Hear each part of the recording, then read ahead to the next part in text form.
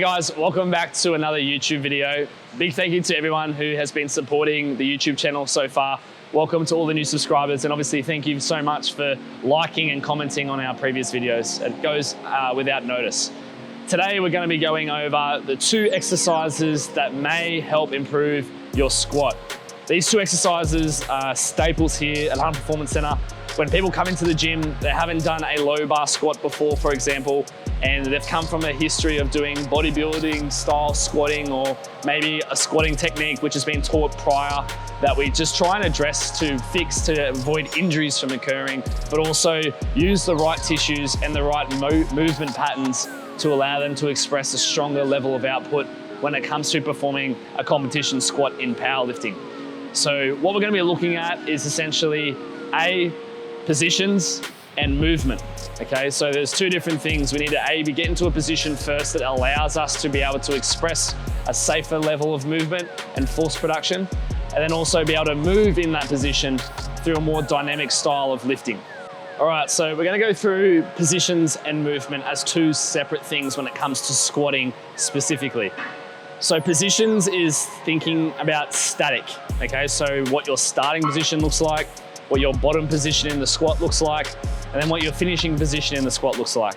So being able to get into positions where we can set up our movement capacity, as movement is much more dynamic, okay? So the way that we access range of motion through our limbs, through our bones, that is something that we're gonna highlight as well with doing these 2 exercises that I'm about to show you. All right, so the main things that we're looking for when we have someone start their squat is to make sure that they can get into the ideal position first. Because if they can't get into the ideal starting position, then they cannot actually access the proper movement that allows them to lift safely and as strong as they possibly can.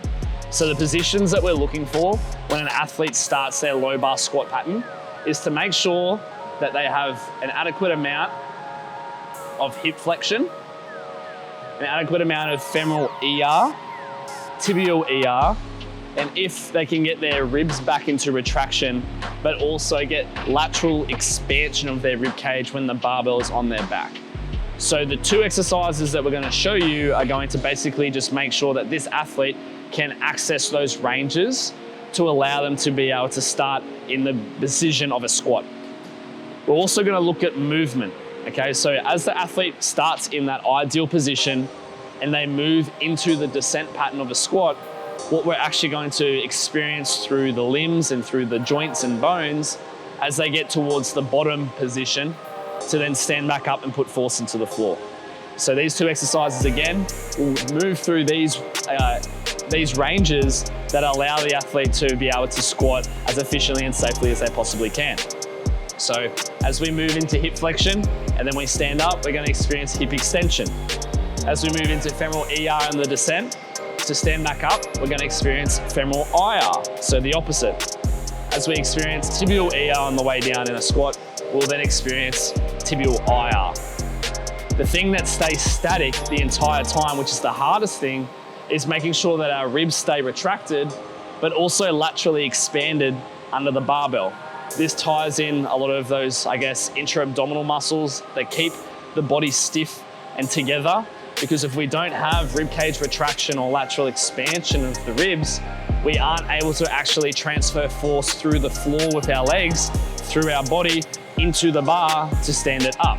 So what we're going to do is we're going to go through 2 exercises. A personal favorite of mine is the Spanish squat, and one of Benny's favorites is the RDL. And we're going to show you how those exercises can help you gain these ranges of motions so you can ideally squat safer and more stronger. Stronger. Fuck. You're so good too. Oh, it kills me. I'm not doing that again. Fuck that. Alrighty, so I'm going to run you through the first of the 2 exercises that we mentioned. So this is Aiden's old reliable, so it's called the Spanish squat. So basically how we set this up is we put a band around the rig, put your knees or your legs through it rather, and set it up behind your knees. I'll show you in a second.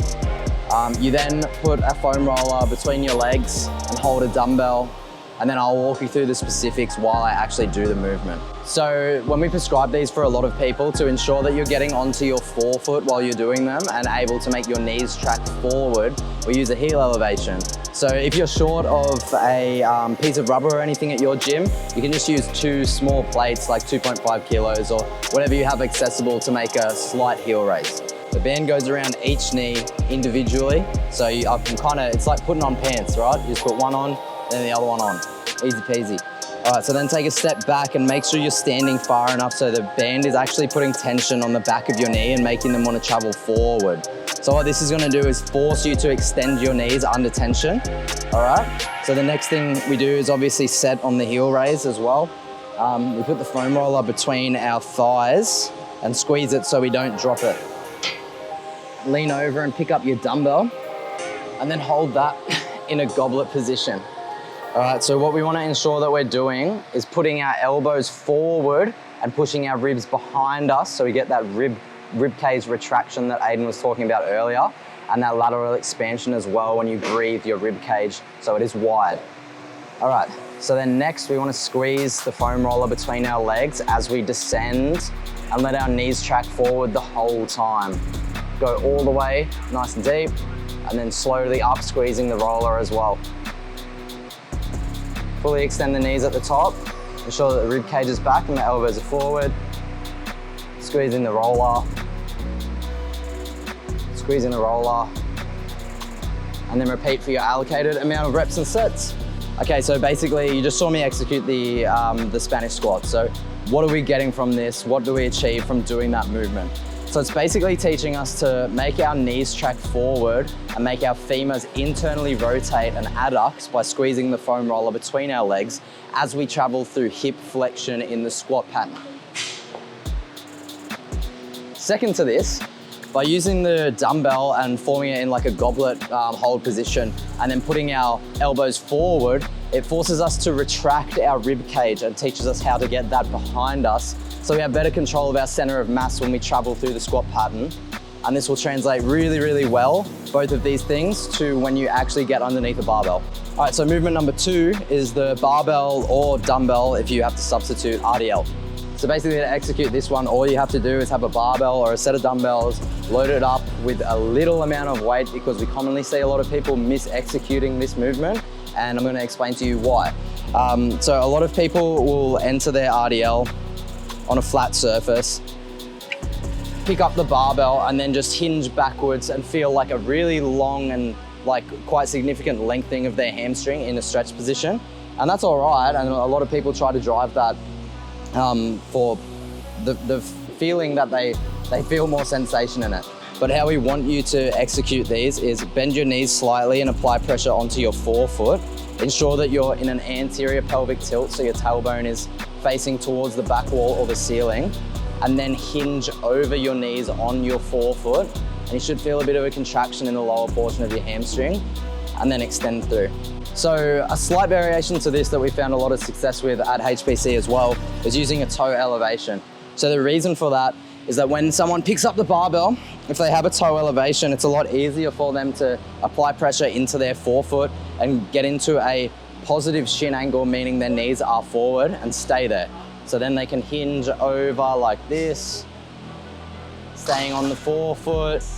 So for the exercise prescription of these 2 exercises, dependent on where you actually need them to influence your position and movement, we'll normally see them prescribed at 3 sets of 10 reps, low RPE, before you squat or before you deadlift. Now with the RDL as well, it's something that's worth actually accessorizing in your program so that you can actually gain some strength there so that it will translate really well to your squats and your deadlifts. All right, well that wraps it up for our YouTube video. Thank you everyone for watching. We hope that these 2 exercises can hopefully help you improve and I guess find those positions and movements that require us to move safely and strongly through our squat patterns. But if you have any questions in regards to these 2 exercises or questions about the video that we've made, feel free